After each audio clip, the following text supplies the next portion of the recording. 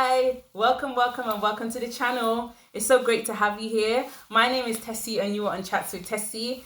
And on this channel, we discuss many things, viral topics, black women, better outcomes in dating, my experiences and more. So grab yourself a glass of something nice, and whether that's water, juice, I've got water, as you know, water.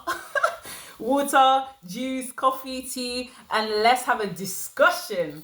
So if you're new, welcome. If you find yourself here, welcome. If you're old, OG, welcome. I'm so happy to have you here. As you guys know, I am currently on my way to getting married. I've got a bridal fitting next week. We've got my friend's wedding this weekend, and it's Valentine's Day today. So happy Valentine's Day, everybody. I hope you're having a great day. So yes, for those of you who don't know, I am getting married and my fiance is Polish. I am Nigerian. Yes, it is an interracial marriage. So what are we going to discuss today? We're going to discuss something very juicy. Juicy. Today, we're going to talk about why it's such a struggle for people to find love on dating apps. I'm going to explain to you why it's such a struggle, because I would say I'm pretty much an expert on dating apps. I have used dating apps since I was 18. So I started dating when I was 18. My first ever relationship was on a dating app, and I have been dating for the past 10 years. So my actual online dating experience spans about 7 years between the ages of 18 to 28. I'm 28 right now. And what a lot of people don't understand and why they struggle to find love on dating apps is because dating apps are an art and you must master how to use them. I've mastered how to use dating apps. Every single time I went on a dating app, I came away with a relationship that lasted years, long-term relationship. So let me quickly talk about the relationships and the span of them. My first ever relationship was back in 2015 when I was around 18. That was 2 years. That lasted 2 years with a Nigerian guy. Then I had a 4-year break and went back onto the apps in 2019 and met my recent ex, my third ex, who was also Nigerian. And during these periods, I had my natural hair, and that lasted about 2 years. And that was a very good relationship. The first ever relationship I had on the app was terrible and was the only terrible relationship I ever had. The second time I went on the app, I met my third ex, and that was a fantastic relationship. Lasted 2 years. It's just that he didn't want to get married. And then the last time I went on the app was 2022, where I met my fiance G. And as you guys know, we are now getting married. So I have had 3 long-term relationships from apps and 2 relationships offline. One I met at school doing my master's course, and the other I met through a friend. Now, let me explain to you guys why many of you struggle with using dating apps, because it's not only, the success isn't only me. And a lot of people like to say, oh, you're just lucky. But it's more than luck, because every time I've used the dating apps, I know I've come away with a long-term relationship. Now, not only me, my sister, she used the apps and she met her husband and they've been married for 12 years. Very happy. Beautiful house in London, beautiful kids. My brother-in-law is a lovely man. And there's a pattern, there's ways that we've been moving on these apps. And a lot of people don't understand that online dating is an art that you must master, right? So I'll explain a little bit about apps and what I've realized, because I really should have documented my experience more. So apps go through cycles. And what do I mean by that? Dating apps are like social media, right? Every single social media app in the world goes through cycles. Instagram, Facebook, Snapchat, Twitter. If you look at the apps and how they used to be back in, when they first started, they're not that way now. There have been changes on the apps. And dating apps are exactly the same. Every single dating app goes through cycles. And what that means is the quality of people that you meet on one go on a dating app is not the same quality of people you meet on a second go on a dating app. So I see a lot of people making the same mistake. They're going on dating apps every single year. And the more you go on every single year, the more jaded you become, the more frustrated you become. When you go on a dating app, right? If you're going more than once, there needs to be gaps. There needs to be a couple of years gap, because the app needs time to refresh the quality of people on the app. And you need more than a year for the entire quality of people to refresh on the app, right? And that goes into a lot of that also leads into the fact that a lot of people don't understand that the longer you are on a dating app, the harder it is to find somebody. So I'll give you an example.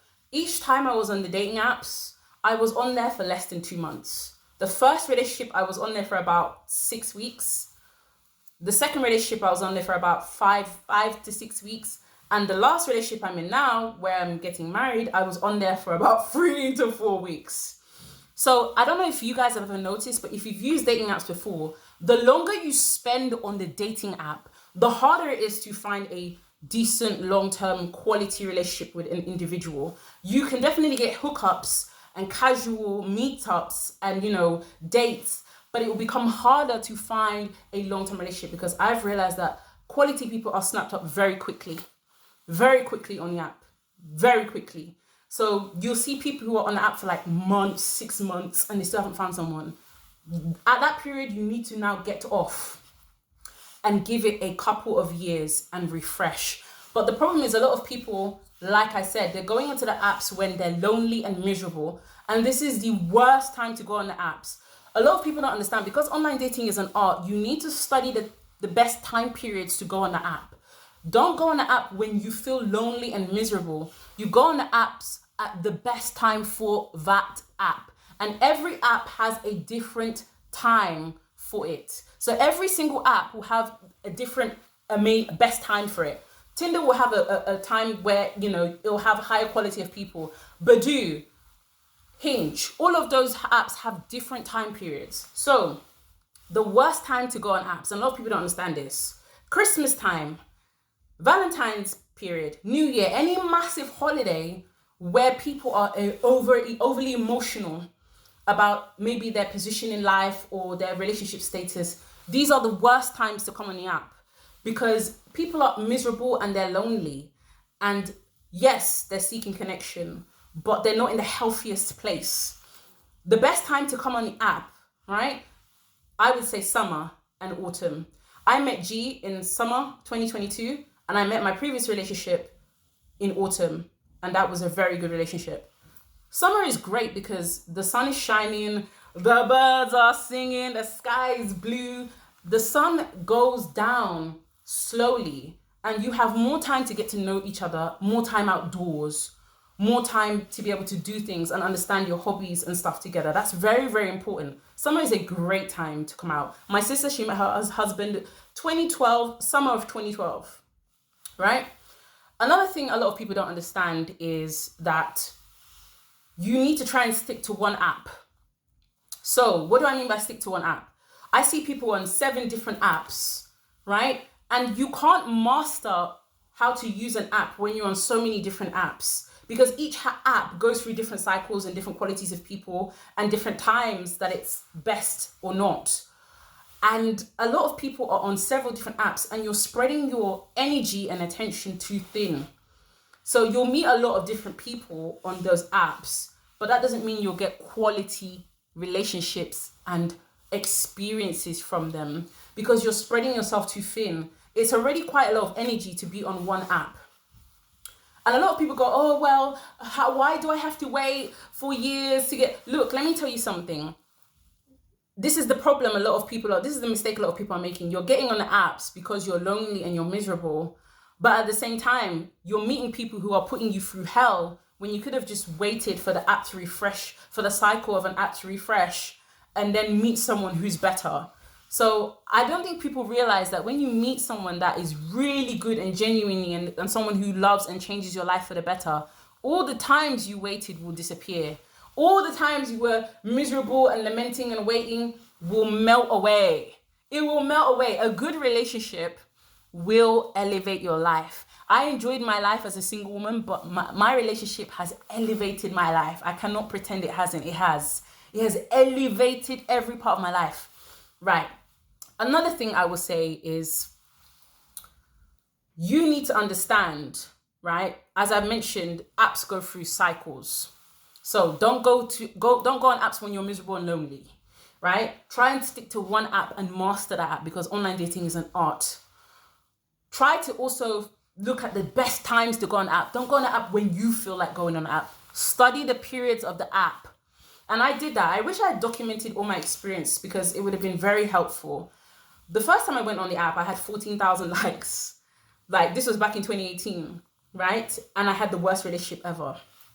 The last time I went on the app, I had 2,000 likes and I found the love of my life. So the likes aren't necessarily indicative of whether you will meet quality people or not. You may have a relationship, but also think about the quality of that relationship. Another thing as well, remember I've mentioned that apps go through cycles, so think about the fact that you may have to have a couple of years gap in between goes. Don't have a bad experience and then keep on going. Get off for a while. Don't come back the next year, because you're just going to frustrate yourself. A lot of people think 1 year is enough time for people who are, for you to come back on the app. And like I said, the more miserable and lonely you are and you go on the app, you bring down the overall quality of the app. And because too many people are doing this, the overall quality of the app is now very low. And that's why a lot of people are complaining, oh my God, I don't like dating apps, this and that. Yeah, this is something you need to try and avoid. It's super, super, super, super important. So yeah, I've realized that most people, the quality people, leave very fast. They find somebody very fast and they're off. So if you spend too long on the app, get off. There's always time for you to come back. So yeah, that's pretty much all I had to say, guys. I hope that you take some information from this and learn and apply it to your own. And stop using other people's awful dating experiences. Stop taking other people's dating experiences as yours. When you get on the app, this is your dating experience. Don't use other people's bad dating experiences, and don't let that, scare you. Most people will be ghosted at once in their life. That's a welcome from the dating app. Yay, saying welcome to dating. Don't let that affect you emotionally, okay?